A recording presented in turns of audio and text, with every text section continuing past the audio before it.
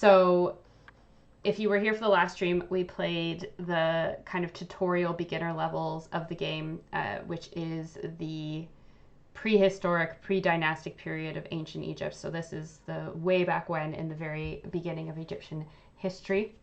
And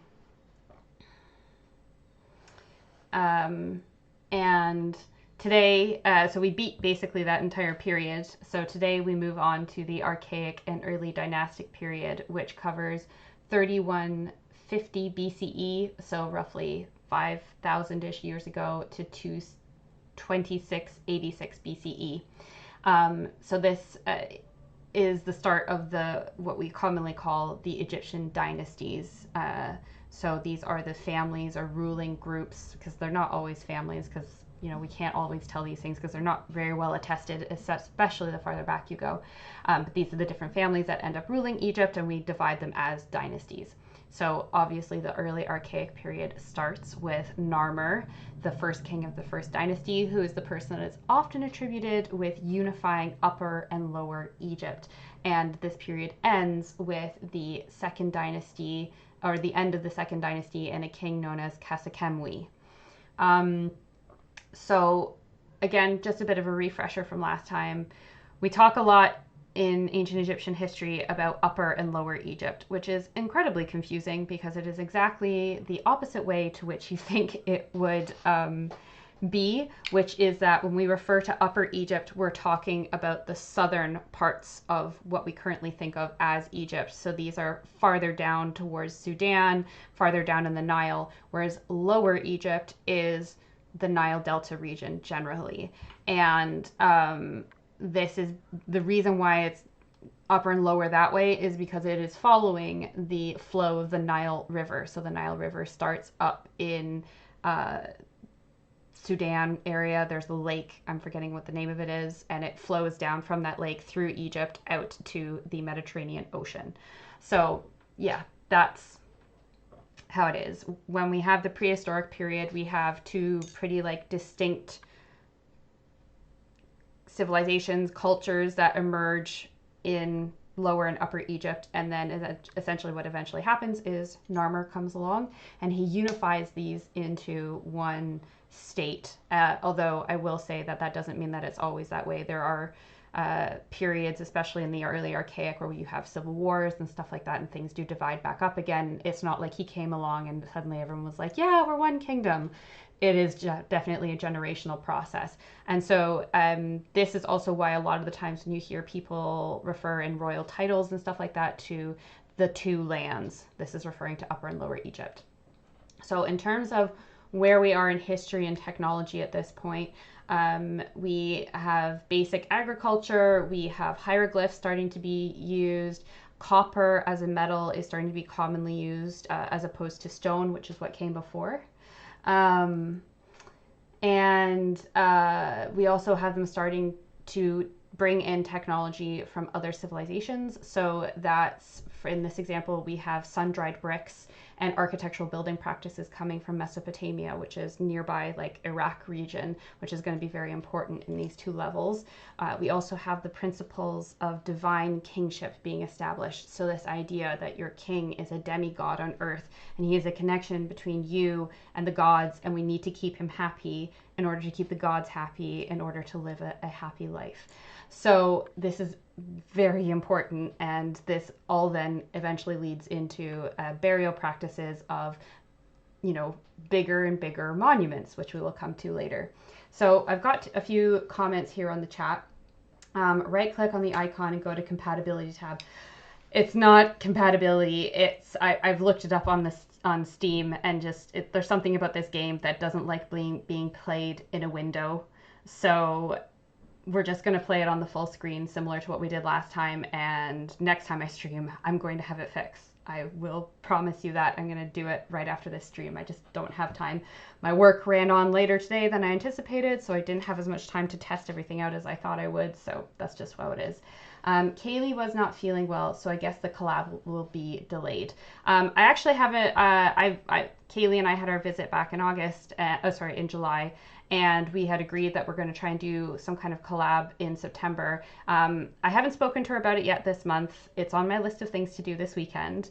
I'm hoping that we can perhaps get it filmed this month and maybe release in October, but it is coming up and I'm really, really keen to do it, not least because Kaylee obviously has a very big audience in comparison to me, and it will benefit me greatly to be able to get in front of all of those eyes and ears. But one of the pieces of advice she gave me when she was speaking to me in July was that I should do streams. And it's a way to kind of talk a bit more with the people who are on my channel and who are interested in what I'm doing, and a way to create a bit of more of a rapport with my audience. So that's why I've started doing this. Two more things just before we get started is that I'm wearing my capitalist t-shirt, which you probably can't see very well because of the way I have my camera. This is a graphic design that I made myself, and you can now, if you want to put it on your own t-shirt or do something with it, put it on a sticker, whatever, you can buy it for £2 on my Ko-fi shop, along with 2 other designs that I've made.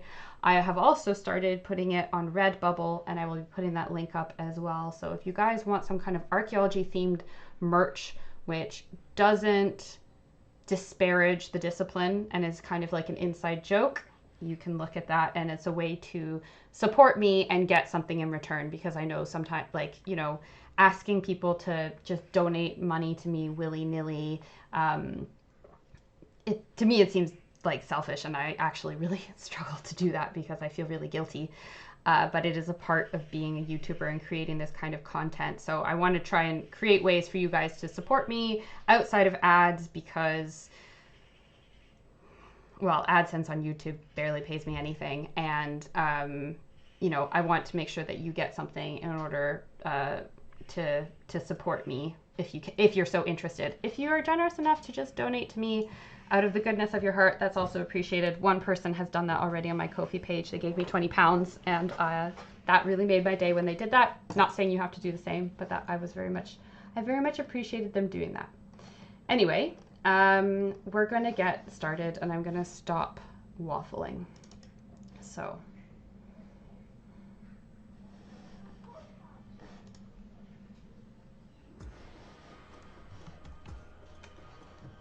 dun, dun, dun.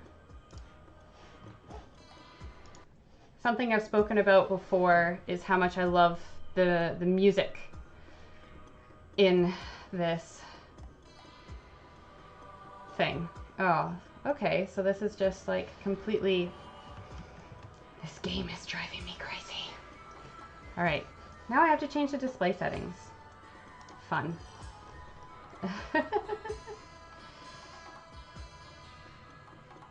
So I have, someone's just suggested that I try like window mode and all that kind of stuff.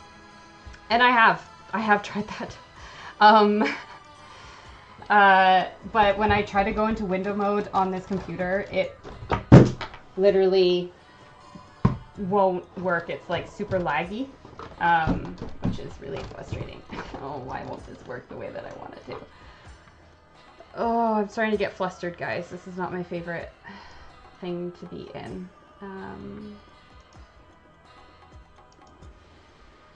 Screw it. I'm just gonna play my game. No. I'm going to switch this display from being portrait, which it was, to being landscape, which it's worked on before. And we'll just play, and I just have to live with my life and the decisions that I've made. That's fine. Alright, let's go to my display settings. And, oh, that's convenient.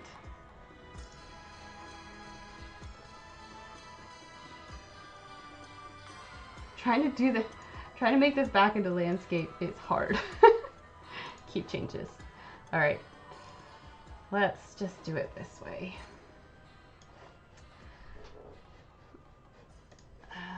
Okay. So, back to the game. Ugh, this thing drives me absolutely bonkers. Alright, so Family Registry, we're playing as Rachel Lawman. This, in case you're new here, this was my old channel name way back when. This is from when I originally played this game with my dad as a child. And this was the name that he gave me based on my own name. So trade on the water. Trade may also be conducted by river and sea. So this mission, we're getting trade, which is great. We're also getting fishing. Great. Building boats and ships. Can't disagree with that. Oh, this is Badet. Oh, this is the wrong mission. We're supposed to be playing Nekhen. How lovely. I'll put this here, and I'll put this one here, and then we'll put the live stream here. Is this, someone's asked, is this going to be a new version of this game? No, I'm not playing, whatever it's called, a new era, which they just recently released.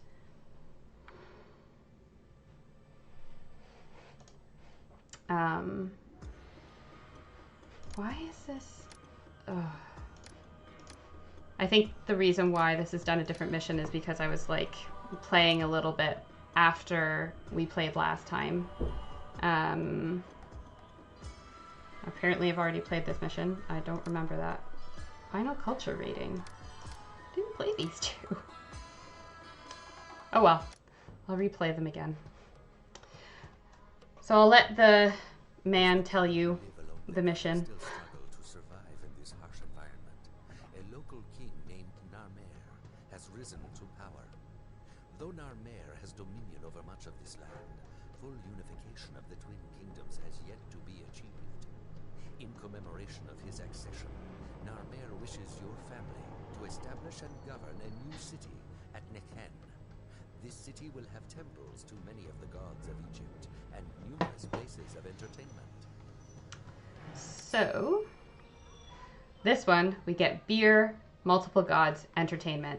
This makes more sense. Law and order, magistrates and courthouses. Great. So, we're going to start with a pause. And I'm going to just... Okay, I did practice playing this one because I think last time I hadn't played the game in like 2 or 3 years. So I was really struggling to figure out how to do it properly. So, let's do... So we're going to do...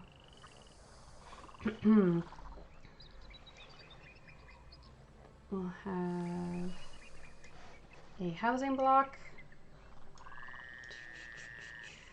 which has lots of stuff. Great. I think here, I'm going to get rid of this road. So, Nekhen. What do we know about this city when it comes to ancient Egypt? It was a historical city of Egypt. It's, I don't think, yeah, we still don't have the map. Great. I wonder, I can, let's see if I can do the different resolution. Well, it's basically the same. Can I do a window? Are you gonna let me do a window now?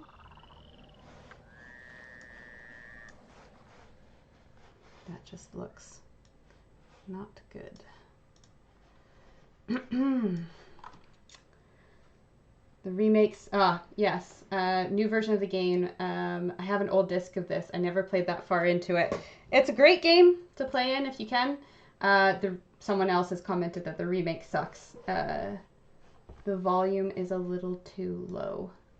Game volume is a little too low. Okay, I will up the desktop volume for you guys just a little bit. So as you can see, this is what happens when I try to do a windowed expansion. Super fun. And now when I'm going into the game, the windows on the other screen don't work. Oh, this is my life. Anyway, not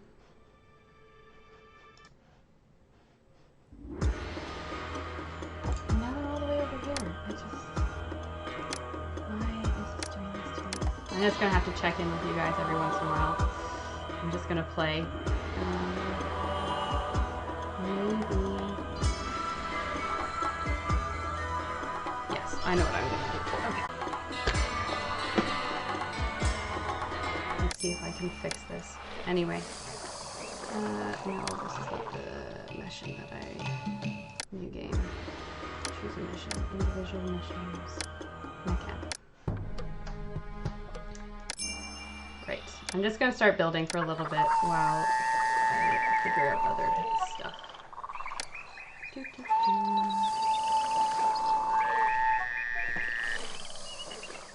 So Nekhen was traditionally in ancient Egypt. It's basically the cult center of the god Horus, who is, according to ancient Egyptian mythology, the son of Osiris and Isis. They're kind of like two major deities of this time period. He's not in the game. He often gets confused with Ra, who is kind of like the primordial sun god. Ra is in this game, but there's only 5 gods to choose from, and the Egyptian pantheon had like so many. So many gods. I'm gonna fix it. The Greek name for Hierakonpolis for Nekhen is, I just spoiled it there for you, Hierakonpolis, which it means city of the falcon and or hawk, and this is a reference to Horus, the falcon hawk god of ancient Egypt. So he, as I said, is the son of Isis and Osiris, and often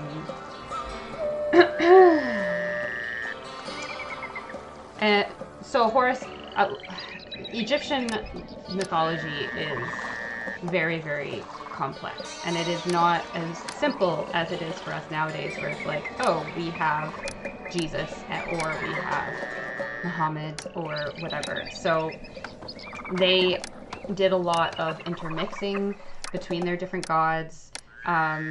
Different gods sometimes appear together, sometimes they're not, and as Joachim pointed out, over millennia, things change and things adapt. So some gods fall out of favor, and then some become more popular, and the cycle goes on. So yeah, so basically what I'm doing here is I'm just setting up some farms and associated buildings so that we can feed people right off the bat, because, you know, surprisingly, people like to be fed. So let's do some farms in here. So Nekhen was the kind of religious and political capital for a lot of Upper Egypt, probably developed during the pre-dynastic period. But I was researching this, and you know, there are people who say, Nekhen was the capital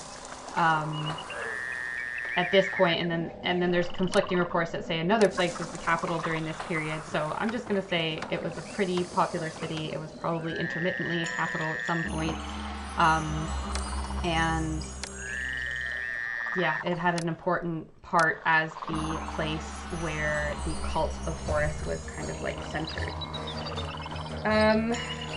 So this is a really interesting site as well archaeologically, because it was first kind of excavated during the 1800s, the late 1800s, by 2 archaeologists, one of whom was trained by Flinders Petrie, who's often called the father of Egyptology. He was the archaeologist that just set the standard, and is known for really developing the discipline. But these guys, despite one of them being trained by him, their names are, James Quibble and Frederick Green. They didn't do a very good job of excavating Nekhen, but they did find a what's known as a foundational deposit underneath a temple, which has yielded some very important ancient Egyptian early dynastic artifacts. So this includes the Narmer palette, I hope if you're interested in ancient Egypt, you know what I'm speaking about what that is. So I mentioned at the beginning we have Narmer. He is the king that's often attributed with uniting ancient Egypt from two into one kingdoms, and he is the first king of the first dynasty. And this palette is a cosmetic palette, so something that they would have used to mix cosmetics on for painting their eyes. Makeup was non-binary in those days, so everybody wore it, not just women. And he has this makeup palette made for him, well, presumably made for him, that's made out of a green siltstone. And it's engraved with, it's famous because it's the first time that we see the crowns of Upper and Lower Egypt displayed on the same object. They're not together, that's something that happens a little bit later, but yeah, they are both present on the palette, and we see him wearing them at different points on the palette. So that is really important. I'm just putting up some breweries so we can make some beer. Everybody likes beer, especially in ancient Egypt. I'll also note that beer in ancient Egypt is not what you think it is. It is not beer as we know it today. It was a lot more calorie dense, and it's oh, sorry. I couldn't accept. No, I don't want to accept grain. I'll accept a little bit of straw. Sorry, I have to interrupt myself here. And I'll accept beer and barley. Just only fill up half of that. Anyway, it was much more nutrient and calorie dense, and probably had bits in it in comparison to what we now know. Anyway, the Narmer palette was found underneath probably one of these temples that we're looking at here, the main temple deposit. Let's say it's for Ra, Horus, in this case. And they found that, well, they say they found the Narmer palette there. It's now commonly accepted that it is actually found farther away, and they just said it was found there. It was known that these guys, at least one of them when they excavated, kept absolutely horrific notes and embellished things. So yeah, they also found in this same deposit two mace heads. One is the scorpion mace head, and the other one is the Narmer mace head. They're both made out of stone, and they're ceremonial. And these things would have been made, and then they're dedicated to the temple as like a sacred offering, and that's why they're there. It's not because Narmer was like doing his makeup in the middle of the temple, as you might have thought. So I've just had a flood season. My workers are now going back out to the field, so I'm going to wait until I have a little bit more food until I start building a bar. Just to remind myself what my goals are for this mission, because I don't remember. Modest apartments, population 1,000. I can do that. So they also found ivory carvings, bone carvings, beads, stone vessels, everything in this foundation deposit. So across a few different kings and dynasties. And the Narmer palette is the most famous. It also has some of the earliest hieroglyphs that we know, including Narmer's name, which I say Narmer, that's theoretically probably how it would have been said in ancient Egyptian. My pronunciation is probably off. But when we actually look at the hieroglyph for his name, I remember when I was learning about it in school, we always called him King Catfish, because the hieroglyph for his name is a catfish and a chisel. So his name, if you're going to translate it literally, is actually King Catfish Chisel. You also see it in the Narmer palette inside of this box that's called a serach, which is a precursor to cartouches, which are kind of these signifiers that people would put around royal names in hieroglyphs to signify that this is like a name, and they typically only get used for royalty and kings.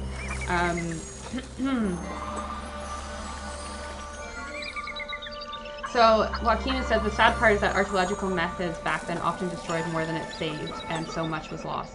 yes, this is true, but I'll also say that archaeology, no matter how good you're doing it, is always destructive. We completely destroy what we are looking at as we excavate it. So this is why keeping good records is key. So we often refer to it as, you know, what we excavate is the physical record, and then the process of excavating it, we recreate that information that we get from it in the paper record. So, you know, we take measurements, we take photographs, we take notes, and we kind of take all that information and we recreate it even as we destroy it, and then we can potentially do later interpretations on it. So archaeology is destructive no matter what you're doing. But yes, back when they were figuring out exactly how they were going to do it, you know, there weren't standards like there are today for how you're going to do things. There weren't antiquities councils that were really strict about the level to which you need to do things like there are today. So people would keep garbage records, and then they, you would have consequences for that, because now we look at stuff and we can't go back and redo those sites because they're gone. So I'm just putting in some entertainment. So we started with a juggler and then musicians. You know, Egyptians, similar to the Romans, very much understood the philosophy of, you know, bread and circuses, you know, like to keep people entertained. They had a very active entertainment industry. Don't know necessarily about the juggling, but definitely dancers and musicians are very, very well represented parts of the ancient Egyptian culture. So also found at this site,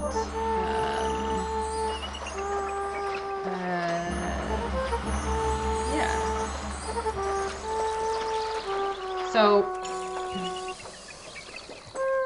Quibble and Green excavated this site at the late 1800s. A while later, a guy called John Garstang comes back and does a better job.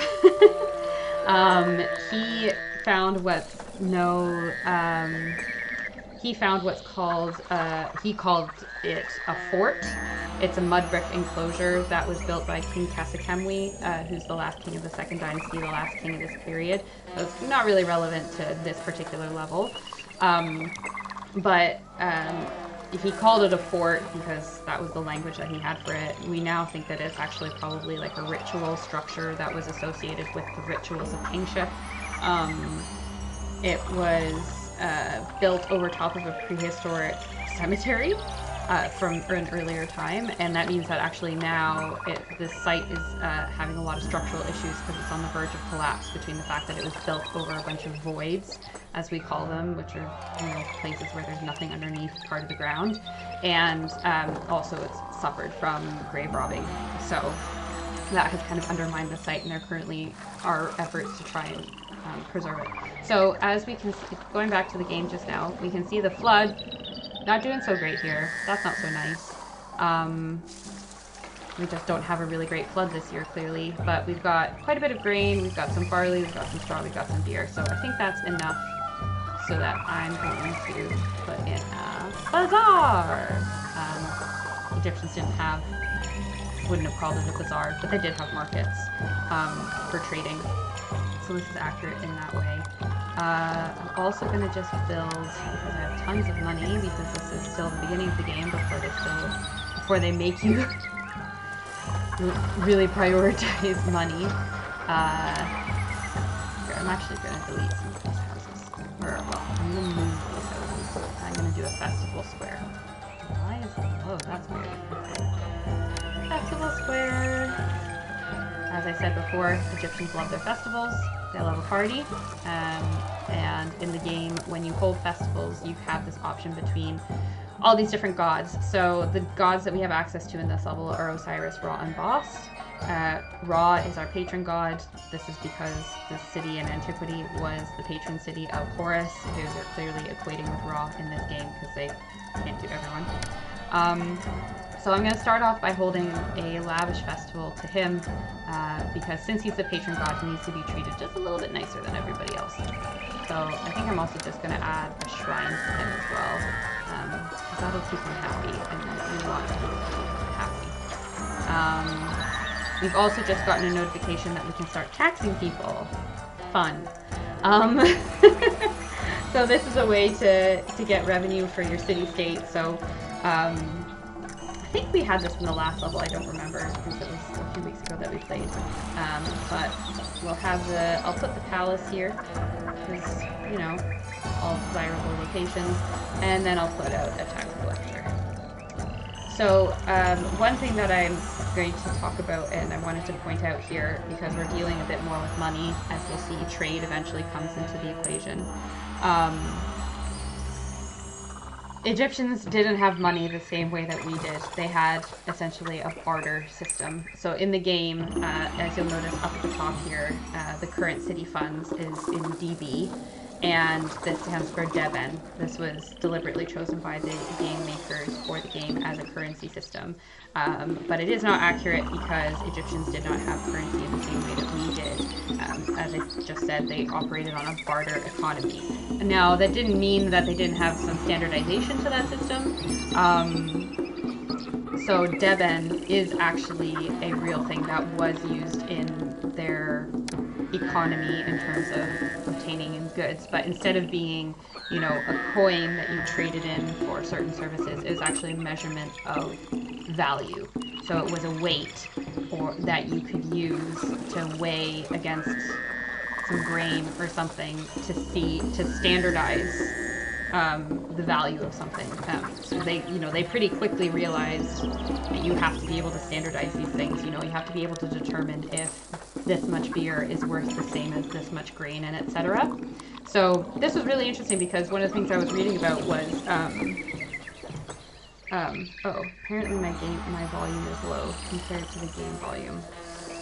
Give me a second, guys. I'll fix it. It's just going to do some stuff. OBS. So, my mic is up as much as humanly possible. So I'm just gonna, I'll turn down the game volume just a tad. And hopefully that's better. Alright, back to the game. So, one of the first things that they did to start standardizing these things was bread pans. So, they standardized the kind of, like, the tins that you would make bread in so that the bread was all made to the same size so then they could use that.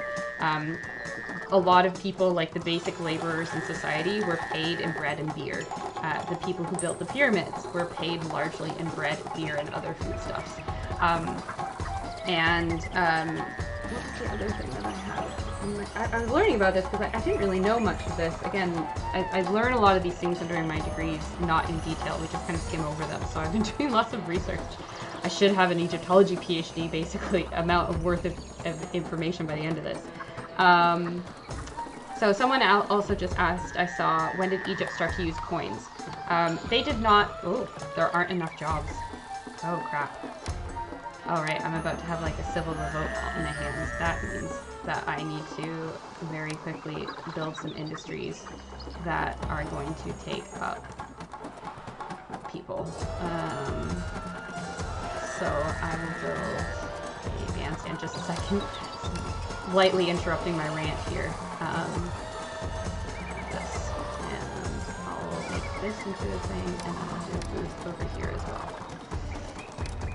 Cool. So these are entertainment plazas so that people can do stuff. Alright, so we've had a festival for this guy, so we'll have a festival for Osiris. Patty. I think I need some more farms as well. Grain. I need to have enough grain for everyone to eat. Got enough work camps now. What's my 24%? Not great. Alright, I'm just gonna get rid of a bunch of houses. I'm not playing this well. Yeah, if I was playing this on my own, I'd probably be doing a better job because I'd be thinking about it. Right now I'm kind of narrating as I'm playing, so I'm just kind of playing very ad hoc. But maybe that's... Yeah, 10%! Now we're good. Anyway, so sorry, I got interrupted asking about coins. When did I start using coins? 600 BCE, the late period, which is if you look at the current year that we're playing in, it's 2998 BCE. So basically not until the very end. And I'll get to that in just a second. So you have these deben, which were originally would have been stones, and then they became metal, and they became these rings that you could like weigh. And there's actually several different units of standardized measurement that they would have used. So basically, there was the deben, which was, where was the thing? Deben, you measure value by weight. Then you had the senu, also known as the shati, which became assessing value of usefulness or craftsmanship. So these would have been for higher value items. And then you also had the 2 units that you use for volume. So there's the bin, which is for liquid, and then the khar, Khar, for grain. So between these 4, that basically was the basis of the value determination in their economy of goods for the vast majority of Egyptian history. This worked pretty well for them for a very long time. Their society was able to run on it perfectly fine. But transitioning over to a coin-based economy happened because as we get into the late period, the world opens up more and other places invent coins. So coins actually come from Lydia in Turkey. They were first minted there, and then they kind of spread from there around the world. And in the late period, you had a lot more foreigners in Egypt, and you had people from outside of Egypt who wouldn't accept bartering for their services. So they kind of had to start using coins because people were demanding it, and so they switched over to that system. So the first pharaoh to issue coins was a man called Teos. Is that? Yeah, Teos. It's the first official gold coin called a stater. And then from there they moved on. When the Ptolemies came and took over Egypt in the Hellenistic period, I think they brought Greek currency with them, and the currency changed. I'll have to look it up for the later periods, but I think they used a system called talents and also like drachmas and all that kind of stuff. So I'll have to look it up later to see. Oh no, people are leaving! Oh no! I can't find a job. Can't find a job here. Might as well go somewhere else. That's fine. I'll just get rid of the houses. That's no problem. Not a problem for me.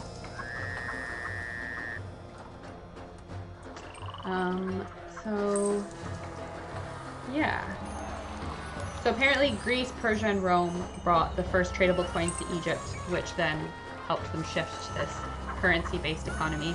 But I will say that Egyptians also had some of the first banks. This was a really cool thing that I read about, in that, as I said, people got paid in goods, not in currency, and the primary good that people got paid in was grain. And not everybody, there's stratification, so some people got paid more grain for more valuable services, etc. And not everybody could store that at their house. So what they essentially started doing is having grain banks. So it was a place, I think actually it was usually a temple.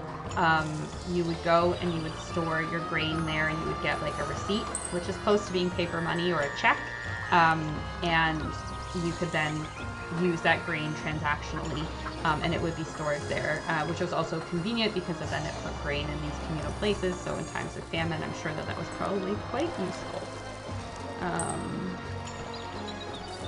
Yeah. Apparently, also a lot of the time, like, transactions would happen in public markets to kind of ensure that everybody stayed honest. So that was something that I always thought was quite interesting, is that you have to do these things publicly to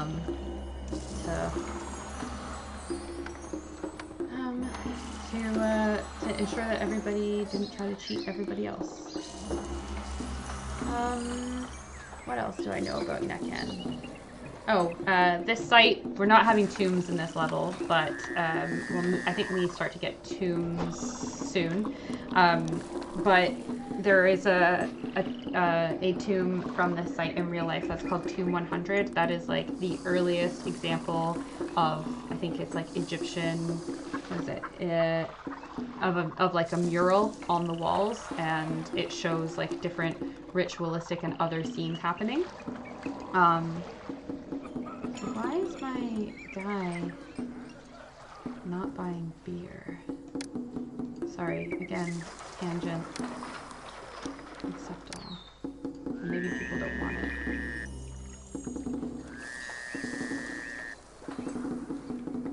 Oh, I need pottery. Great. Forgot about this bit. That's fine. I'm gonna just go and do this. So, roadblock, raw materials, clay pit, 2, water, 1, 2, and then we'll have your storage yard here, and we need a firehouse and an architect's post. And hopefully that will help. Oh, I should also make sure that this can only accept pottery. Don't want everybody overloading this with straw. And we'll do a festival while I'm at it. Common festival for boss. Great. Yeah. So this scene that I'm talking about from the Tomb 100 has a religious scenes and images, funerary processions of barks. It shows a lot of different animals, including zebras, ibexes, ostriches, lionesses, impalas, gazelles, and cattle. Also, I think one of the coolest things found here is the remains of like the world's first zoo or menagerie. It dates to 3500 BCE, so a few hundred years before this level that we're playing, which is kind of interesting because you do actually see zoos as like an entertainment building that you can do later, and it doesn't come until much later in this game, but clearly they had them a lot earlier than we thought. So yeah, they found the remains of a menagerie. I think that was in like 2015, and it had 14 animals in it, and so that's a leopard, crocodiles, hippopotami, hartebeest, don't know what that means, elephants, baboons, and wildcats. And they were found to have broken bones, so I don't know what that means. Maybe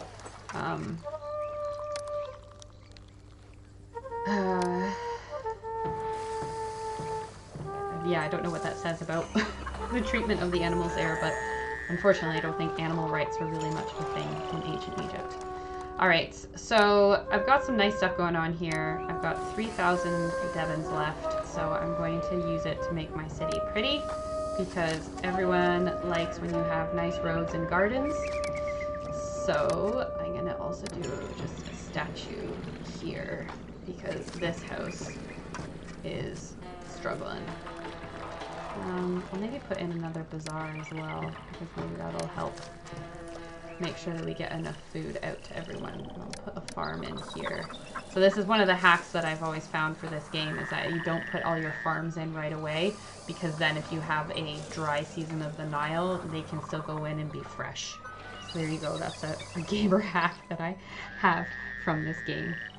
Going back to some comments that people have, this is cool looking, kind of like Age of Empires stuff. Yeah, I think it's really similar to those games. Probably just as old as those games, or older. Not exactly, I'm gonna put another pottery in.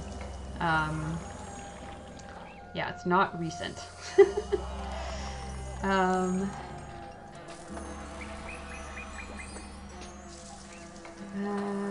So kind of like the old Japanese economy. I think it was the amount of rice a family ate per year, if I remember. Yeah, probably like, I mean, a lot of, like, basically all civilizations would have been barter-based until coinage emerges in 600, 500 BCE.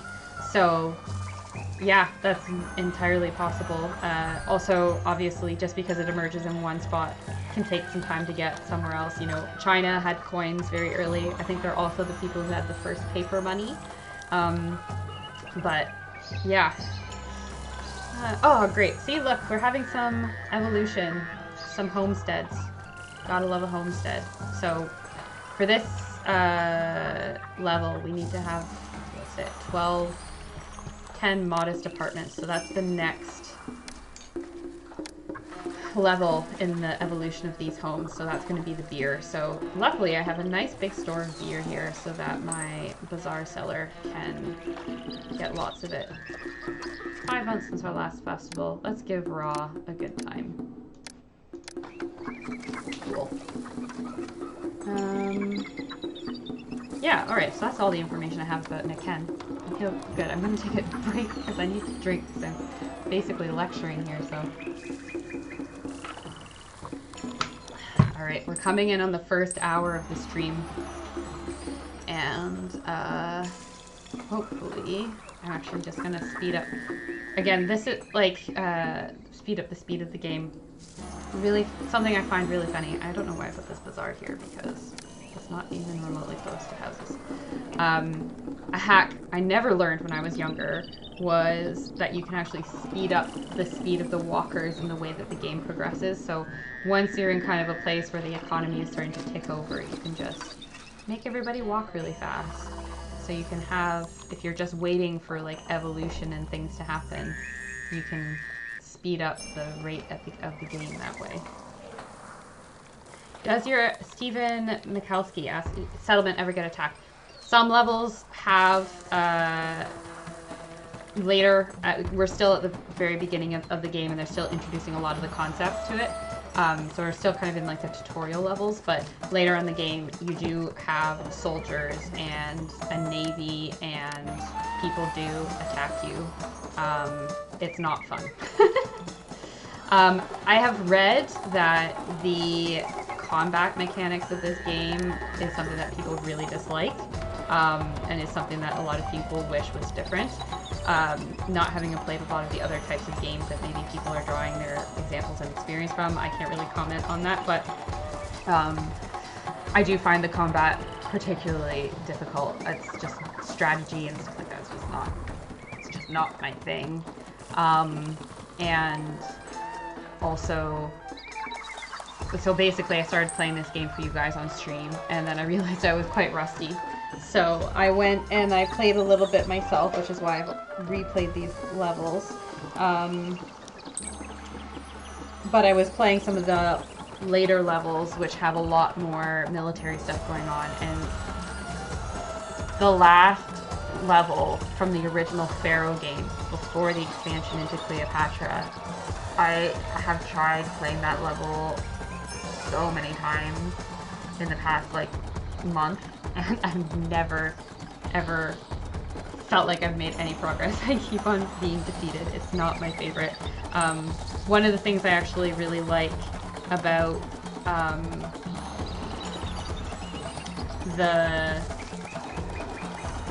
the Chinese version of, like, the Chinese civilization version of this game, which is called Rise of the Middle Kingdom, I think. When people invade you, you can either fight back with your armies, or you can, like, pay tribute. And you don't get to do that in this game, and I really wish that you did. So Joaquin's asked, are you recreating the city as it was, or just building it for fun? I'm not recreating it as it was, although that is a good idea for perhaps later levels. Although that being said, that means that I have to have access, I have to find site plans for the levels, which might be difficult because while these are all cities and settlements that have probably been at least partially excavated in real life Egypt, they won't have all been completely excavated, because to completely excavate a site takes a very, very, very long time. And a lot of the time archaeologists tend to try and target specific areas. So, you know, you'll have one team working on the domestic stuff, you'll have one team working on the area that you know is kind of like industry. Actually, a good example of this is the field school that I was on in Jordan when I was training to be an archaeologist at university. So like a lot of the seasons I was working on kind of the more domestic stuff at one end of our site. We had another area that was, again, industry, so it was like we found lots of loom weights, so a place where they were doing weaving, so those kinds of buildings. And then We also had like a gate, so we had a bit of a fortification, so we had people working around that.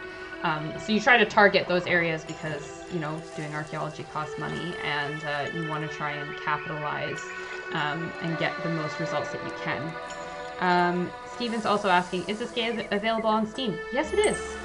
So we were just speaking about this. There has been a reboot of it made that's called Pharaoh: A New Era. This is not that. This is the original version of the game, which is causing its own set of unique problems for displaying on stream, but that's because I didn't properly research how to do this, so I promise that next time it's going to be better.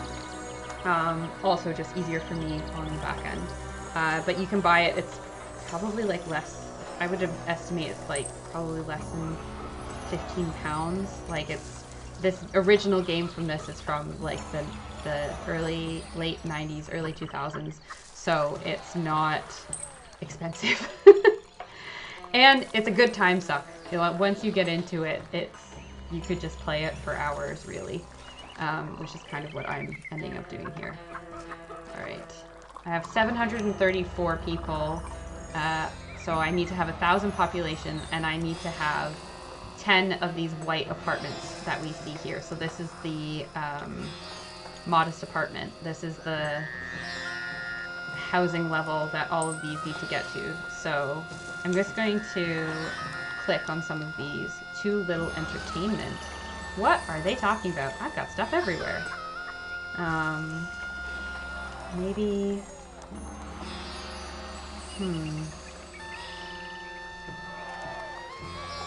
These guys, too little entertainment. Bah humbug. Alright. I'm gonna turn this booth into a bandstand.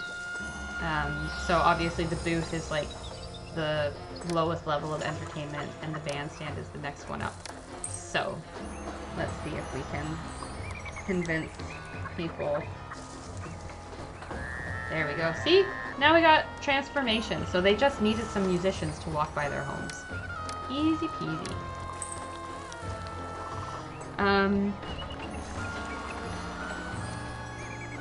Joaquin is asking, yes, there's military stuff, just a Caesar 3 game. Yeah, Caesar 3 is, yeah, I think even older. I think in the terms of the development of this game, it was Caesar 1, 2, 3, Pharaoh, and then I think Caesar 4 comes after.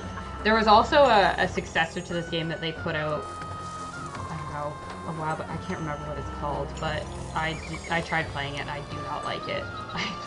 This is my old faithful. This is my video game that I play. Oh god, Ra's angry because we haven't had a festival for him in a while. So let's have a grand festival. So this is an interesting one. You can only unlock this one when you have beer, and it's a exponential growth. So every time you have a grand festival, the next one will cost you more beer. So it's always, you don't want to start doing these too early because you then can't replicate them. Oh, I now have high unemployment. That's not good. Let's do another. What shall I do to suck? So this is kind of one of the flaws in the game that you have to deal with, is that or one of the challenges of the game, not a flaw. One of the challenges of the game is balancing your population and how many people you need to have versus how many of them you can employ. So if you're like me and you're just kind of like brutally ham-fisting your way through it, and you're just doing lots of houses to expand them rapidly, you then need to find work for all these people. So I have found that the easiest thing is a work camp. So these are pretty basic employment buildings. They suck up 20 employees, which is like the highest amount of employees that I think of most buildings. So for example, the temples have 8, the conservatory has 8, juggling has 5, your granaries have 12. So yeah, work camps tend to have the most amount of employees that they take up. So if you ever have a really high unemployment rating, I just cheat and I put a bunch of work camps in. Righty-ho. So we're at 790 employees. I definitely have 10 of these things. So let's see. Actually, I'm gonna see how much room I have in my housing. Current housing can house 0 more people. Well, then I just need to add more houses, clearly. So I tend to do the housing blocks in divisions of 4. So I'll do, you know, I do 1, 2, 3, 4. I do 8. So I do 4, 8, 12, etc. Just to kind of balance it out, because they evolve, as you can see, in these kind of groups of 4. And once they get higher up, they then evolve into bigger estates, but that's not much until much further down the road than here. So yeah, I always tend to do things in a group of 4. But now at 22% unemployment, that's not good. But again, I'm just gonna put a work camp here because nobody cares. So I'll put another house in here. 981, 90. Woohoo! Victory! Right on time. It's 6 o'clock. On to the next level, guys. I don't care about that. Just choose a mission. So we'll go back. Now we're moving on to Men-Nefer, which again I've played this to practice. A capital is founded. Fun. So I'll let you guys listen to the narration here. After a lengthy struggle, King Hor-Aha has managed to unite the twin kingdoms of Upper and Lower Egypt and proclaimed himself Pharaoh over all Egypt. As a sign of his absolute sovereignty and the establishment of this, the first dynasty of Egypt, Hor-Aha has ordered the founding of an imposing capital at Men-Nefer, from which he may govern this fledgling nation. Because of your family's many generations of faithful service to this land, Pharaoh has chosen you to be the architect of this splendid city. Because the capital is the very symbol of our kingdom, its citizens must enjoy a quality of life heretofore unknown in this land. To this end, you will eventually need to trade with other cities in the realm and to provide a higher standard of education for at least some of your citizens. You must also build a sacred mastaba tomb for the city's nobles. Right, let's jump into it. So I'm just gonna stop talking for a minute so that I can concentrate on building the foundations of my city here, because otherwise I'm just gonna mess up. So we've got some reeds. This means that we're gonna be introduced to papyrus. We love papyrus. Let's check. We've got chickpeas and barley as food sources. That's fine. That means we get beer. We've got a clay pit. Oh, we're not going to get... Oh, we might get reeds later, partway through this mission. Temples, Osiris, Ptah, and Bast. And Ptah is our patron god. Okay, good to know. All right, I'm going to do low speed on this. And because I know that I'm going to probably have to have a dock here, I'm going to kind of concentrate in this area. So as you can see, I like to try and build my population things near where I have my industries. So 1, 2. So in the last game I did bits where it was 6 spaces across, and I just did 5. But I think I'll try and stick with the 6, and then we'll see how that goes. So 80, 90, let's do 12, and then I'll leave a space, and we'll do another 12. And we can have people here. We're gonna probably need to have people along here, and along here. So we'll go 24 for this one. I like to leave the corners free so that I can have my entertainment spaces, basically. So I'm going to do farms in here. Let's do the road up this way. Roadblock. This keeps people from walking into the swamp, walking into the farm bit and dying. That's always helpful. And they don't do that. We'll do some barley as well, so we can stop with some beer. Work camp. I always like to put the work camp right next to the farms. Architect's post. Need to make sure we have a granary as well, so that people can come and get their foodstuffs. We'll do a roadblock just here. All right. We'll do a firehouse. Police station. These are the standard 3. My water supply. And then I'll do my temples to all my gods. And then... fast. Is there anything else I need? Oh, a physician. Should put a physician and an apothecary in, because otherwise everyone's going to get diseased. They're all going to get the plague. We're going to have some very harsh flashbacks to a few years ago. Yeah, Pharaoh and Cleopatra came out in October 1999. So yeah, this game is over 20 years old. I don't like to think about that. Don't know about everybody else. I'm also gonna, sorry, what's my, I just gotta check my 1500s. That probably means I'll have a second population center in a little bit. But since I've still got lots of dead end left, I'm not gonna do my palace yet. Alright, so as I speed up and wait for people to settle my city, I should also do a storage yard. Oh, I've screwed this up already.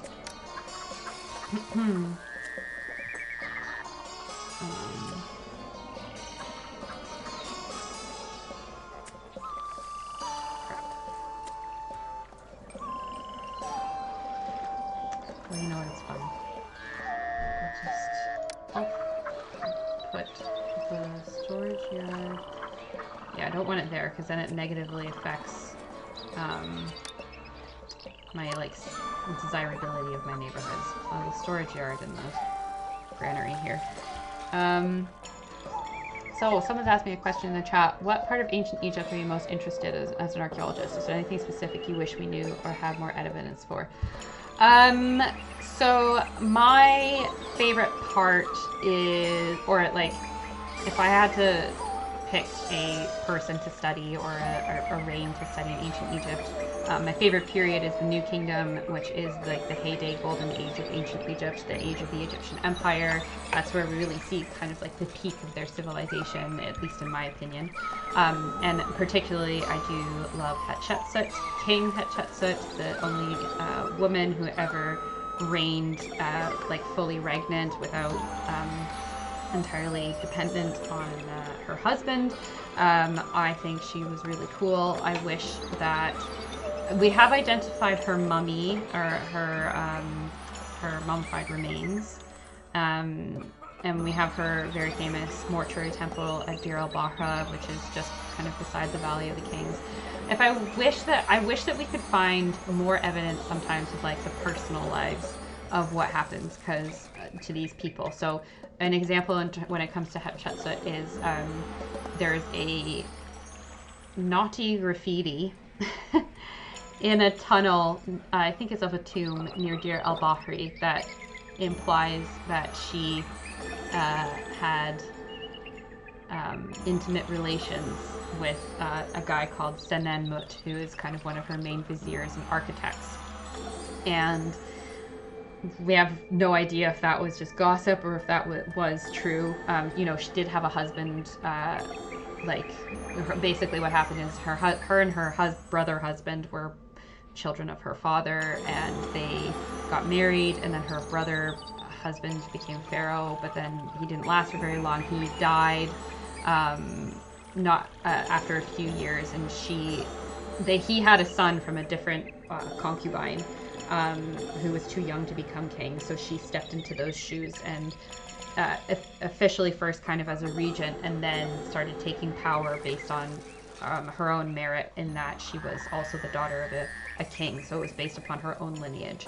I'm just going to put in a brewery or two here so that we can start our beer production for people. So yeah, if we could find out more about the personal life of Hatshepsut and just anybody else, that would be nice, because like I'm not gonna lie to you guys, I'm a bit of a gossip hound.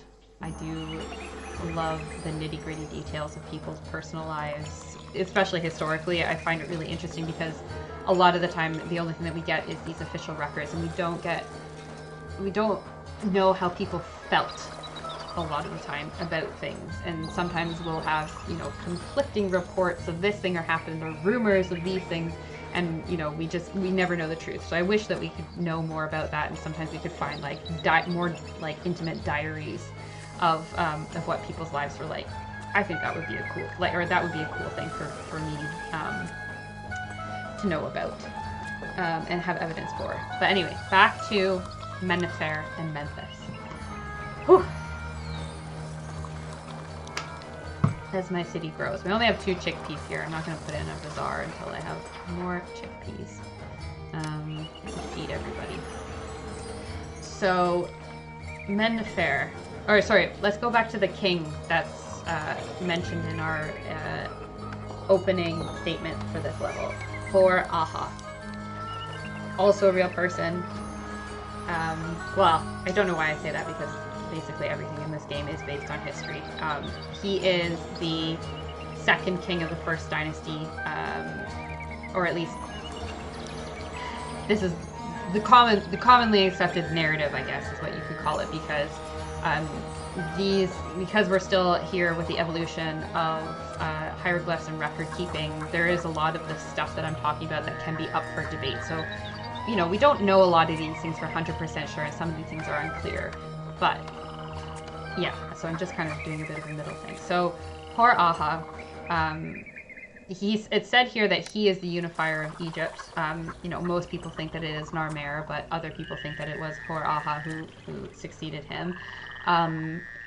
Or sometimes people think that they're the same person, but most people think that he is Narmer's successor, probably his son.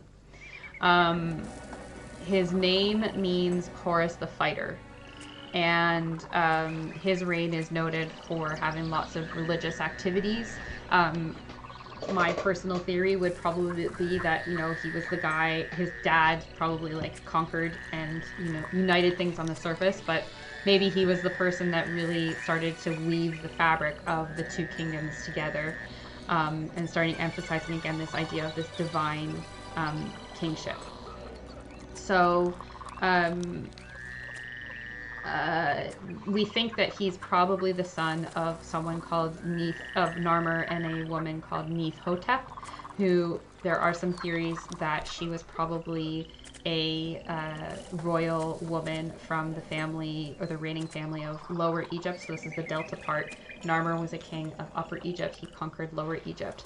And, you know, when you do that kind of stuff, what's the best way to kind of do some social integration? You marry one of their women and you do some assimilation. So we think that that is probably the case. And we also think that Hor-Aha, she lived into his reign, and then he built her a really nice burial complex, which is, you know, it's a great thing to do for your mom. His tomb is not here. It's at somewhere called Abydos, which is, again, I can't see the map here, but it's not in this level. I think it is a level that we play later on, but it was kind of like the original royal cemetery for kind of the early kings of Egypt before moving to Saqqara, and then, no, I'm getting this wrong. Saqqara is the cemetery that is associated with Men-Nefer or Memphis. So, yeah. And Abydos is farther away. Never mind. Oh, there's too many things to keep track of. So, I want to talk a little bit about the names of kings here. So, Egyptian kings had several different names, or I guess you think of them as titles. So, if you think, for example, as a modern example, King Charles of England, protector of the Commonwealth, or whatever, you know, when you think of heralds and they're announcing kings in antiquity, they have this long list of titles that they all have. The same was true in ancient Egypt. They generally had 5 titles that evolved over time. It wasn't like it started this way, they just kept adding them on. So Hor-Aha has this name, and these names were an important part of demonstrating the link between the king and the gods. So they represented like different things. So Hor-Aha is what we refer to as a Horus name, and this identifies the king with the representation of Horus, which in this game is kind of mostly represented by Ra. Traditionally, when you think of Ra in real life, he's actually more like the god of the sun, not really the god of kingship. That was Horus, but they're both falcon or bird-headed gods, so people easily mix them up, and they do get melded together sometimes. So you have your Horus name, which identifies the king with Horus. You also have your Nebti name, which places the king under the protection of the two deities of the two lands. So when Upper and Lower Egypt were separate, each of them had like kind of a primary female deity that was like the protectress of the kingdom. And these deities went through into standard Egyptian society. They were still used in standard Egyptian society after the melding of the two kingdoms. They didn't become one. They still remain distinct, and they're traditionally associated with the kingship. So you have your Nebti name, so that's for Nekhbet and Wajet. That starts to come into use at the end of the first dynasty, so we're still at the beginning, so it's not really in use yet. You also have, in the fourth dynasty, you have something called the Gold Falcon name. I don't know where that comes from.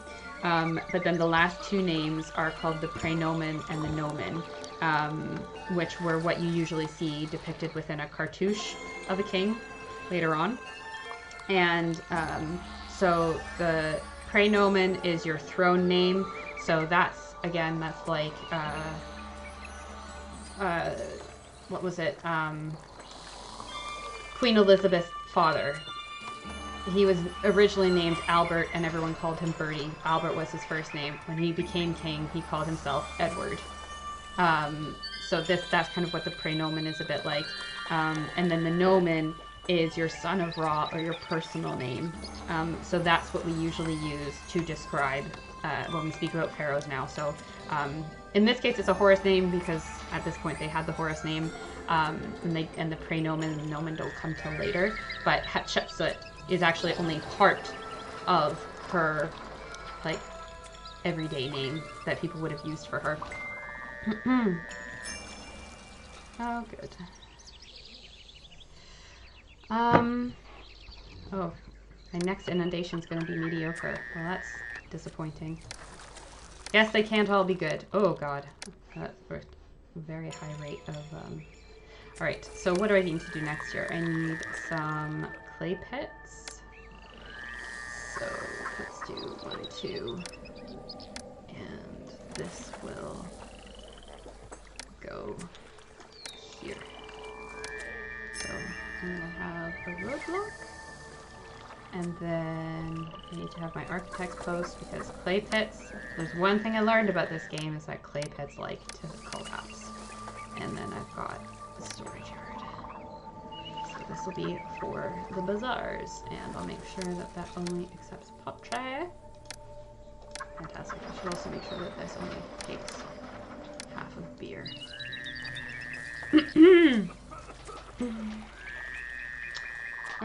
So a few more comments from the chat before I get back into talking about Men-Nefer. Erasure from history of the king's list was misunderstood. Sort of misunderstood. I mean, like, you know, we're constantly rewriting these things. A lot of the time people thought that it was her kind of stepson nephew who was responsible for erasing her from kind of the record. I think now it's more commonly believed that it was more so done by later kings who are trying to kind of legitimize and reinforce their own dynasties and who maybe were a bit more woman haters. There's a really good book by Kara. I'm gonna have to remember, gonna have to look up her last name.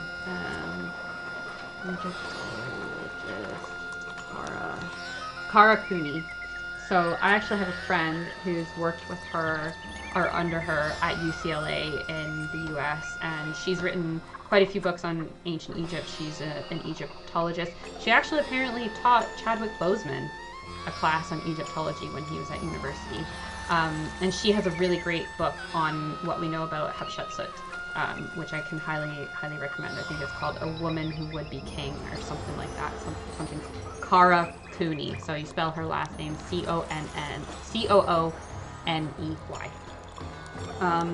So back to Men-Nefer.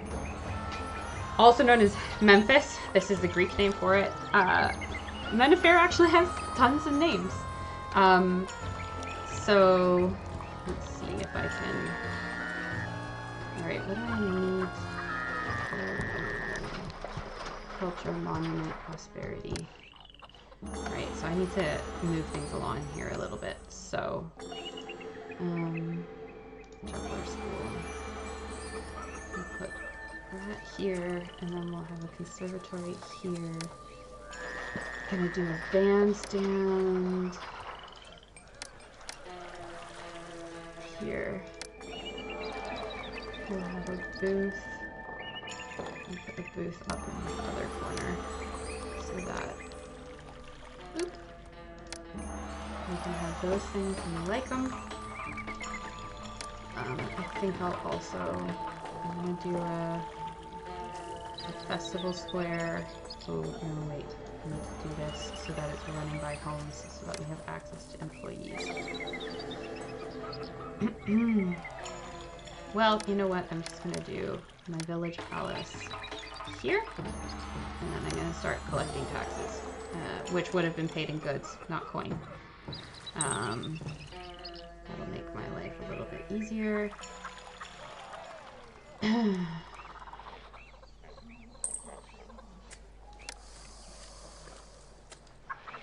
Right, I need to 15 culture, not a lot of prosperity. Good enough kingdom, no monument, because I haven't given me a monument yet. I don't know what the... Oh, I have to make something evolve into a spacious apartment. Oh, this is what I was going to do. Add a festival square. So I'll just do that here. Do a roadblock so that people don't mess this up for me. I'll just move this out here.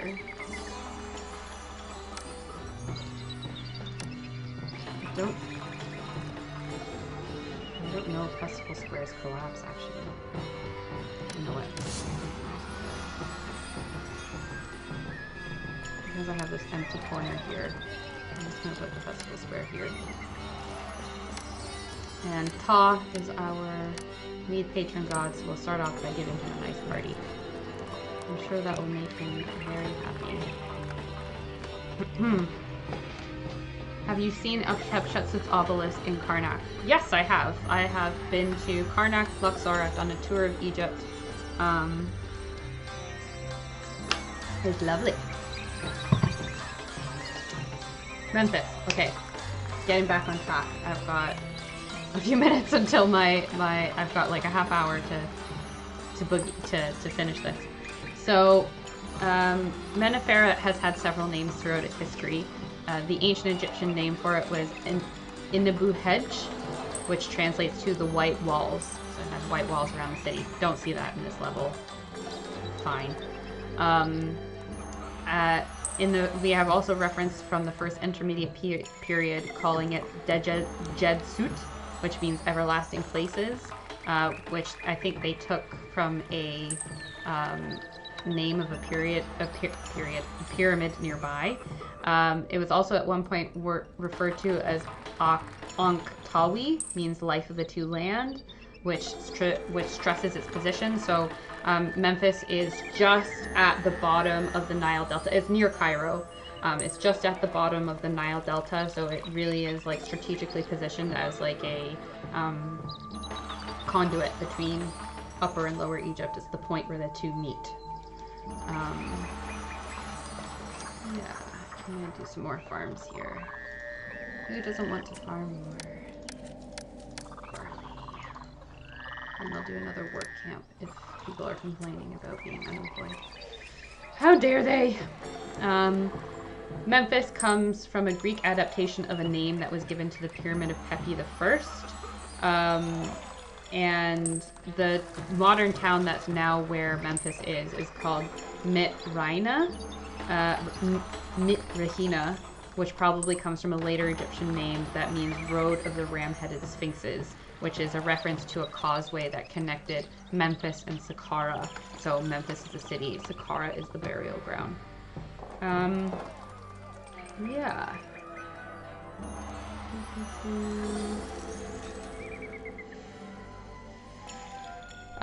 So Memphis is 20 kilometers south of current-day Cairo, and it's on the west bank of the Nile, which I think is really interesting because in my previous stream I was talking about how Egyptians, typically, it's not always true, but typically we tend to find their settlements on the east bank of the Nile and then their graveyards on the west bank of the Nile, and this is entirely to do with their relationship with the sun. The sun rises in the east, it's associated with life and all those good things, and it sets in the west and it's associated with death.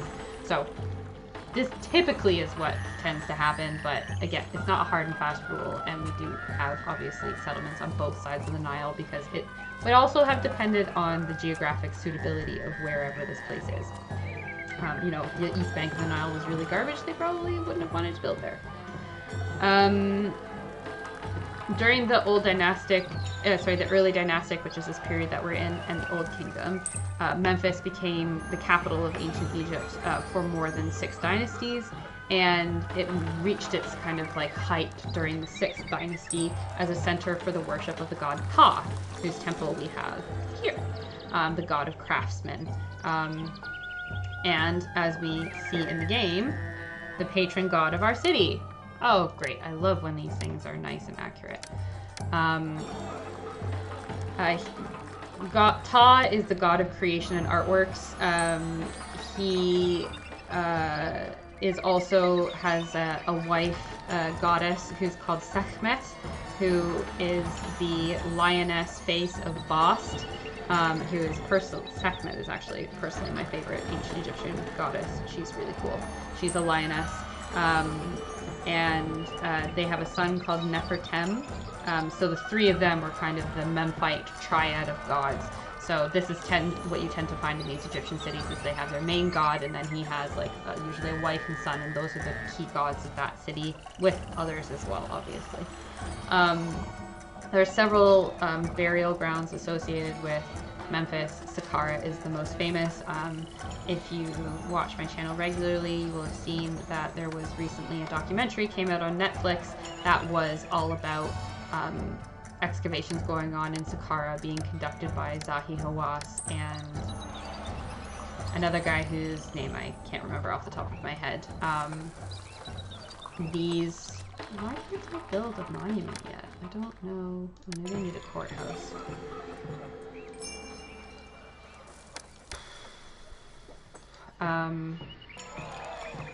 Yeah, Saqqara is probably, now that I've built this stuff, okay, now I get to do other things. So, papyrus, woo! So this means that I need to start making papyrus. So, we've got papyrus fields down here, and we've got papyrus fields up here. These ones, a bit bigger. But these ones are closer, so I'm gonna build myself a little papyrus workshop, I guess. Actually, I'm gonna do it this way because then I can use this road to connect to other things in case I need to start trading. So raw materials, you can see I now have a reed gatherer. I'll just do 1 for now, and a papyrus maker. Again, I'll just do 1 for now. I've got a storage. I'll put a storage yard here for all of their stuff. And we'll do an architect's post and a firehouse. Perfect. Alright, just let that tip over. It's funny how Egyptians always, as far as I know, refer to Egypt as Kemet, means the Black Land. Yes, so again, I explained this in my other video, the Black Land is a reference to this area, which is the farming part of the Nile, I guess you could call it, the banks of the Nile. So, quick refresher, if you weren't here for the last stream, the Nile used to flood every year, and it essentially would flood its banks, and in doing so deposit a lot of like really rich minerals and silt that's really good for farming. And then when it retreated, it was just like the best possible fertilizer that you could have asked for. And it was black, basically. So Egyptians called basically Egypt Kemet, which means the black land. And then you have outside of that you have the desert, which is called the red land, the Deshret, which is where we get the word desert from. Yeah. Okay. In about 28 minutes, you have British Museum thefts. Yes, that is a topic that I am talking about in my archaeology news video. That's just, yeah. That is a very interesting situation. Depending on what news stories you've read, you may or may not know the name of the person that's been accused of this.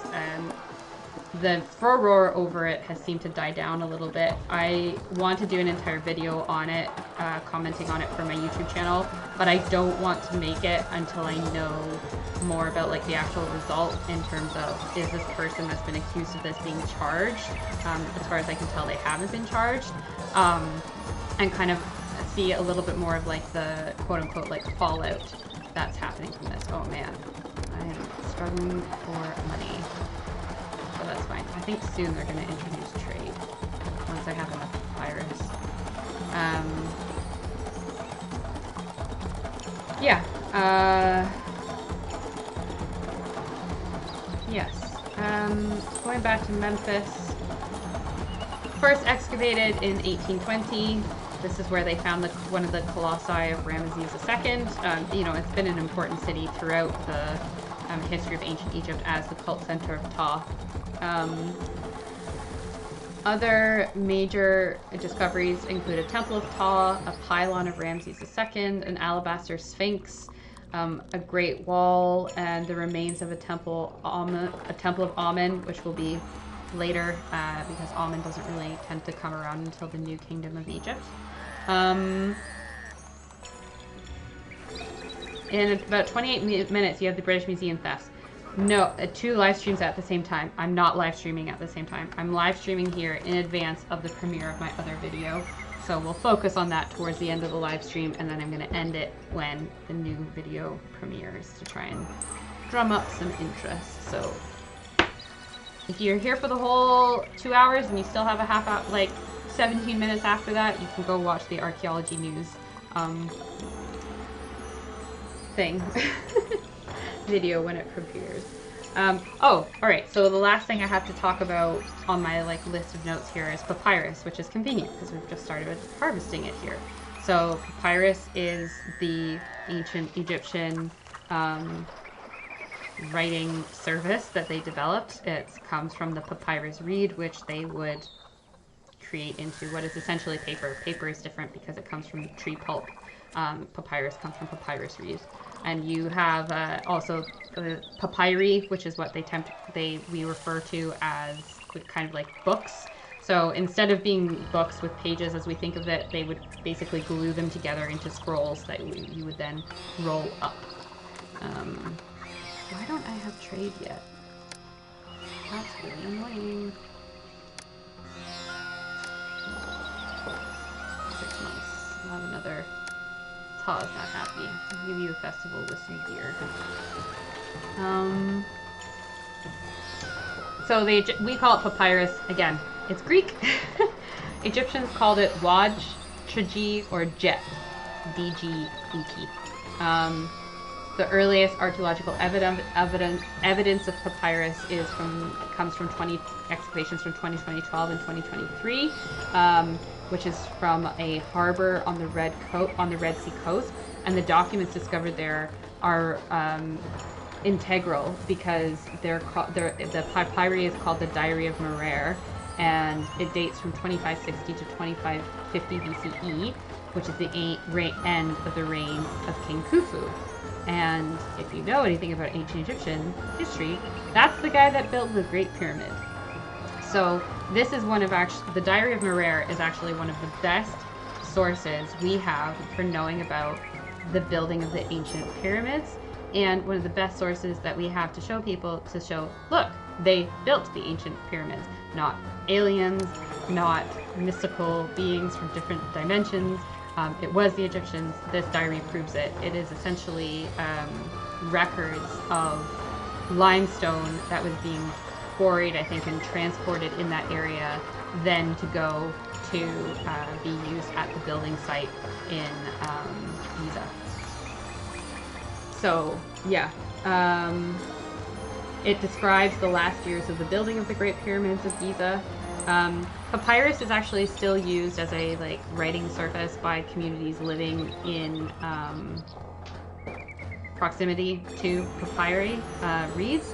And Joachim has just made a good note that they also make boats with papyrus, so it's a multi-used resource in ancient Egypt. You know, paper is most famous, but yes, they did use it to make boats as well.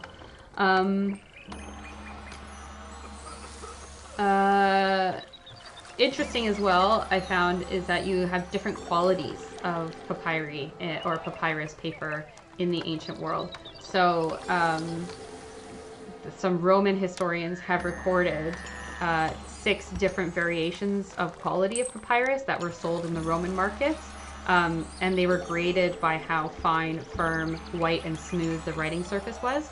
So I found this out, and I think it's really interesting because obviously nowadays, if you go to Egypt, one of the key souvenirs that people take home is a papyrus hieroglyphic painting of some sort. I have 2 that are framed that will one day be in my house when I can afford to hang them on the walls.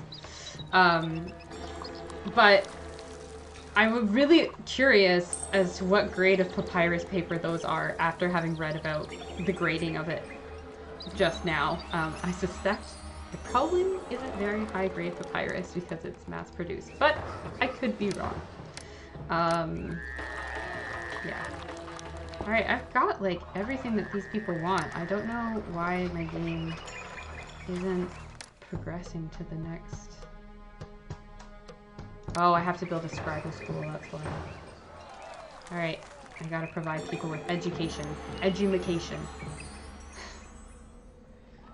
Alright. I wanted to try and finish this level, but I don't think that's gonna happen today. Trade! We can now trade with people. That's fun. World map. Alright, so finally we can see where some of these cities are that we've already... So these are all the other cities that we've played so far. Nekhen, this was the last one. Perwadjet. They don't buy anything. How rude. I'm going to open a trade route with Nekhen so I can sell some papyrus and make some money back. So once I'm over 200 papyri, I can do that. And then these houses will now evolve as well. So that's nice. Make some money. Papyrus. Work camp doesn't cost as much. Use that to suck up some of the...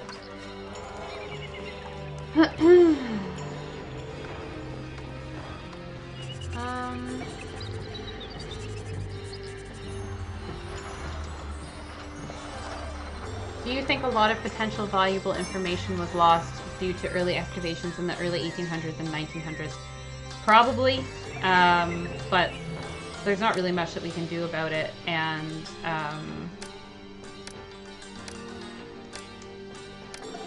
yeah, that's just the way that it is. Yeah, there's always mistakes that are going to be made when you're developing a discipline. You know, it would be nice to go back and tell them how to do everything properly, but it just wasn't there. The availability or the capability just wasn't there at the time. So, oh, I need to import bricks. Oh, so I can build my mastaba. My mastaba. Okay. Vivarka says, Rachel, thanks for the entertaining stream. Now I'll have to visit Egypt, which I didn't fancy before. Egypt is, yeah, I I mean, I love Egypt. I have visited there once, as I said before, on a tour. That being said, it is an interesting place to visit, and I have heard that it's... How do I say this diplomatically? People don't enjoy it as much anymore because it's very much like commodified around tourism, and the political situation in Egypt makes some people uncomfortable, and also there's a lot of accusations a lot of time of you have to be very wary sometimes when you go to Egypt of people trying to scam you or take advantage of you because you're a Westerner and you have probably more money than the average Egyptian. So yeah, it's a great place to visit. The monuments are amazing. It's not somewhere I would ever recommend visiting without going on a tour. Especially if you don't know anybody there. Like maybe if you have friends in Egypt, yes, that's probably like a great way to go visit. But if you do go, definitely go on a tour and check your tour itinerary to see if they include the admission prices for all the places that you're going to, because that happened to me when I went to Egypt with my friends when I was at university. We paid for a tour, we were going up and down the Nile into all the important bits, and then we got there and right before the tour started and found out that our admissions to all the museums, the Valley of the Kings, etc., etc., etc., was not included in the cost of our tour, and we were going to have to pay all of that out of pocket. And one of my friends didn't have a lot of money. He was like traveling on a bit of a shoestring budget, so that was a real issue for him that happened. Yeah, so that's my travel tips for Egypt. Yeah, especially if you're a woman as well, and I'm not trying to be rude or anything, but yeah, you get catcalled a lot in Egypt, so if you're a woman, you need to be aware of that, and you need to be very aware for your safety. It's just really not advisable a lot of the time to go out, especially at night, by yourself without a man accompanying you, which, you know what, I wish that was not the way that our world worked or that Egypt worked, but unfortunately there is really not much that I could do to change that. Right. How many early kingdom schools have been found?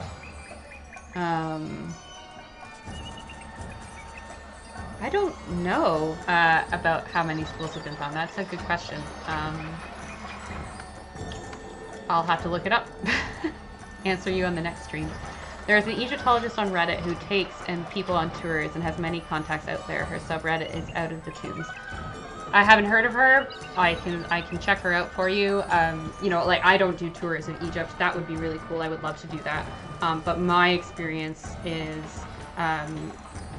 that, you know, Egypt is very keen on reclaiming Egyptian history for Egyptians, so they are very keen for the people who give tours and stuff like that in Egypt to be either Egyptians or Egyptologists with Egyptology degrees. So I don't know if I'd even be allowed to give a tour because my degree is a bit more broad than that. When I did my tour in Egypt, we had a generic tour guide who was taking us around, but then when we would go to the historical sites, we'd get turned over to like a site-specific guide who'd been trained. Yeah, so, yeah. There is, I don't want to backtalk anybody here, but if you are going on a tour, there is an Egyptologist who does tours of Egypt for money with her husband. And she likes to dress in very like 1920s and 1930s, very like colonial clothing. That's her fashion era that she really enjoys. You know, that's whatever. But personally, I find that really distasteful to do that in Egypt. Like, she's very, like, she likes to, like, relive, like, the kind of colonial era of the 20s, which is obviously when Tutankhamun and Howard Carter, and you had all of these external excavations that came in and excavated stuff, and then, you know, sometimes that stuff would leave the country. So I find it really insensitive to go around cosplaying like you're Howard Carter in ancient Egypt. So, but I guess to each their own. But there's plenty of tours that you can find besides this one that's on Reddit that are run by Egyptologists, or they have Egyptology guides. That being said, you'll pay more money for a tour that's going to have, you know, a dedicated Egyptologist who has a PhD as your guide. My tours that I went on were very, like, student standard kind of tours. They didn't have that option. Not to say that the people that we that gave us tours weren't qualified, but we didn't have, like, a dedicated Egyptologist tour guide who came with us everywhere. Oh, I have to open a trade route. Oh, I've got 10 minutes to do this. Yeah, I'm definitely not finishing this level today. Oh well. I hate when they always start you at, like, they start with the importing of the amount of bricks that you need in total for the entire monument, and if I did that right out the bat, I would very quickly go bankrupt. I don't like going bankrupt in this game. If I run out of money, they do, like, top you up, like, once or twice, but I really don't like running out of money in this game. It's like a weird hang-up that I have about it. I will often, like, reset a level if I run out of money, just so that I can not do that. Oh, I get some bricks. That's nice. Okay, now I can build a mastaba. That's good. So I'll start that right now. Monuments, mastaba.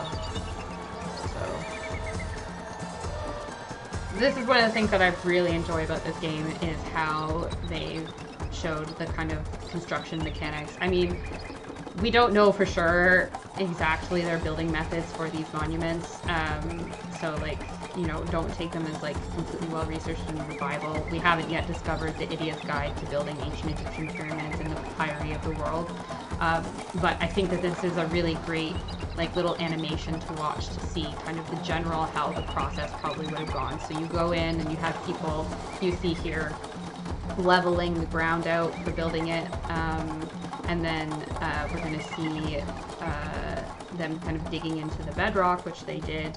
Mastabas are these, like, mud brick tiles, so these are the bricks that you see in this storage yard here. And they're generally built over subterranean chambers that are dug into the bedrock, and they're kind of these flat rectangular structures. So the name mastaba is actually Arabic. It's not ancient Egyptian. I wrote down where it comes from. So Egyptians called mastabas Purjet, which is spelled P-R-D-J-T. You can put vowels in there. I don't know if they're going to be correct. Oh, I need to make a road to the dig site, and I need to make a construction bricklayers guild. So Purjet means house of eternity, which I think is a great name. Great little houses of eternity, which, you know, makes sense because they're tombs. They're built for the purpose of housing someone's remains, theoretically, for eternity, even though many of them were robbed in antiquity and some of them have been excavated. One of the really interesting things actually about that Netflix documentary, I can't remember what it's called off the top of my head, is that you see them excavate and find a tomb or with a sarcophagus of someone in it, and they look in the sarcophagus and they leave it. They basically record it, they take photos, they look at the skeleton, and they do their best to disturb it, like, the least amount possible, while still recovering as much information as they can, and then leaving that person and their remains in peace, which I think is really great.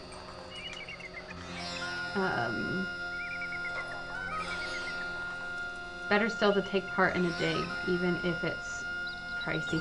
Yeah, I don't know if you could take part in a dig in Egypt as a like a tourism thing. Archaeology tourism is a growing industry. We have a company that does it here in the UK that's called Dig Ventures, which is cool. But Egypt, I mean, everybody wants to dig in Egypt. I want to dig in Egypt.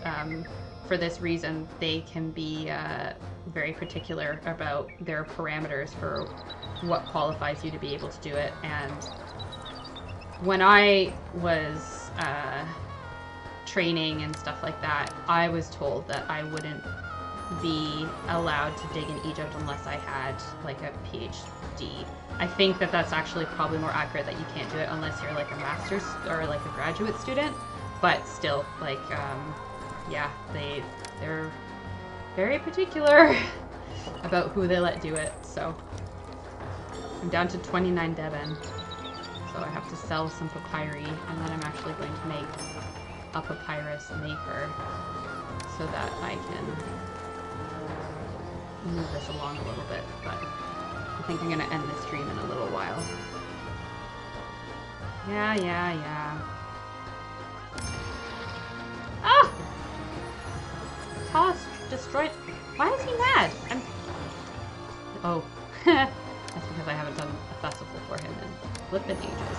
So something else that I'll do here is I'm going to put in some shrines. That'll make him happy. And that'll make the other gods happy. Oops. Oh, I ran out of Devon. Oh well. I'll live. I'm not going to restart this. I'm probably not going to beat my record on this one, I don't think. But that's fine. Special orders accept none. Only pottery. Well, I don't want you to accept pottery. Don't accept bricks. Don't accept clay. Don't accept reeds. Don't accept this. Right, I'm also just going to, now that I have all this money, I'm just going to move my conservatory and my juggler school so I can build a personal mansion. This allows me to derive the revenue in the game. And now I'll just buy a bunch of bricks so that I can finish this.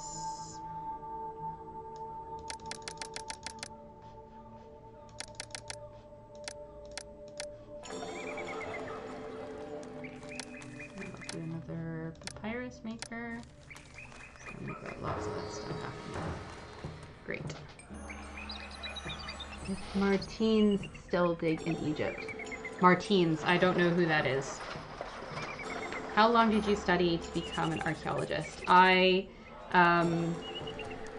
did a 4-year undergraduate degree in Canada that was in Near Eastern and Classical Archaeology. So it started off in just Near Eastern, so Mesopotamia and Egypt, and then I broadened out to include Greece and Rome.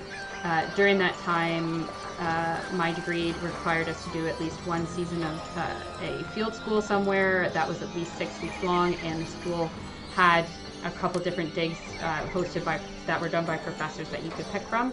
So the one that I did was in the Kingdom of Jordan, and I did my one required semester, like summer season there, and I loved it so much I then went back 2 years for another 2 years, one of which I actually ended up doing an advanced credit where I, instead of just working as like a general volunteer like digging, I was a square supervisor, so I was in charge of a square that we were excavating. I had to make sure the records were up to snuff and you know, teach new volunteers how to do things. Oh, okay, well I'll stop exporting this and then I'll do that. So yeah, so I did that, and then I came and moved to the UK, and I did a 1-year master's degree in human osteoarchaeology, which is the study of human skeletons in archaeological contexts. And after that, I started working as a professional commercial archaeologist in the UK.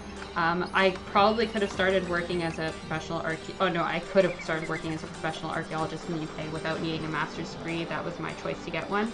And there are people that end up working in archaeology in the UK without degrees at all. But a lot of the time, what probably happens is they either get onto a training scheme that's specifically designed to take people who don't have the school background and train them, and those don't happen all the time, or they've done lots and lots of volunteering in archaeology and then they decide they want to start working in it. Oh, Martine's. Yeah. The lady looking for Cleopatra.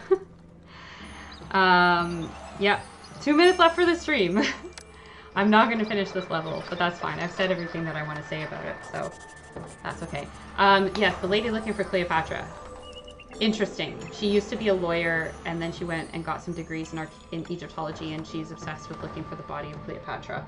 And she thinks that she has a lead on that at a temple in the Delta outside of Alexandria. I find it really interesting because, I support the fact that she wants to find Cleopatra's remains. I think that would be a cool, very interesting discovery to make. Probably, it would be like the Tutankhamun of our time. That being said, don't think it's highly likely that she's going to find them. If she does, I'm happy to be proven wrong. I also, find it... My mom has sent me occasionally, when... basically every year, you will see something about, oh, they might have found Cleopatra's tomb in the news. And it's this person who has done a press release, basically, that is talking about the details of her latest excavation season. And she's... Oh, my God, I've run into debt. You know what? I'm done.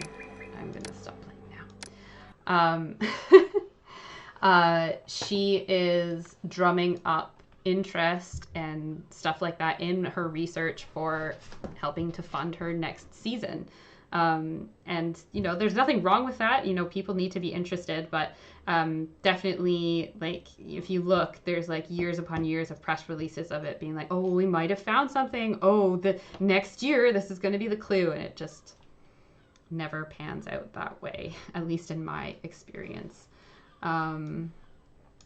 Yeah, so my clock says 1859 or 6:59, so I'm going to wrap everything up for today.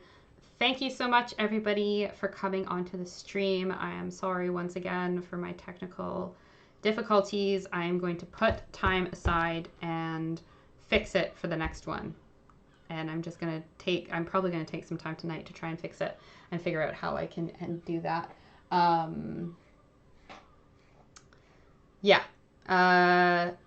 If archaeology news for August, which features talking about the British Museum thefts, as well as some very exciting other discoveries, including some about Ötzi the Iceman, a dragon shell, a dragon made out of mussel shells that was found in China, and some slave bedrooms in Pompeii. Lots of interesting stuff found during the month of August.